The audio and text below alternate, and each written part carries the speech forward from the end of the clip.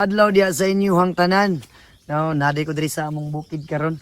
So na lang daw kay klaruhon sa tanan no. So sa mga wala nakasakay sa kong mga joke.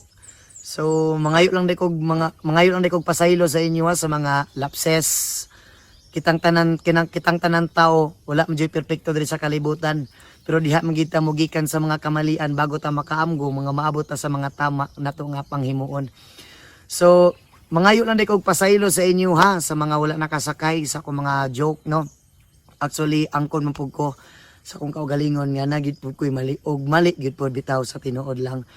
Actually nadungog lang man pugod nako ni sa mga sound sa budots manggod. Unya nadungog nako siya motong akong gigamit abi nako okay ra. Abi nako okay ra motong gigamit ako sa entertainment.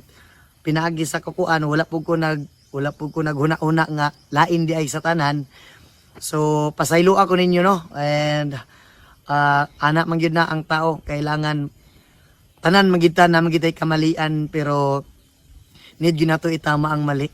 So samtang karon ginahinay-hinay na pud nako ag-adjust og ang tanan para maliwanagan pud mo no. Og mura to dagang salamat sa inyo tanan and labi na sa mga kabatan-unan sa mga atong mga kamagulangan pasaylo ako ninyo sa mga joke nga dili maayo. Og mora to daghang salamat sa inyo tanan ug amping mo kanunay. I love you gihapon sa inyo ha.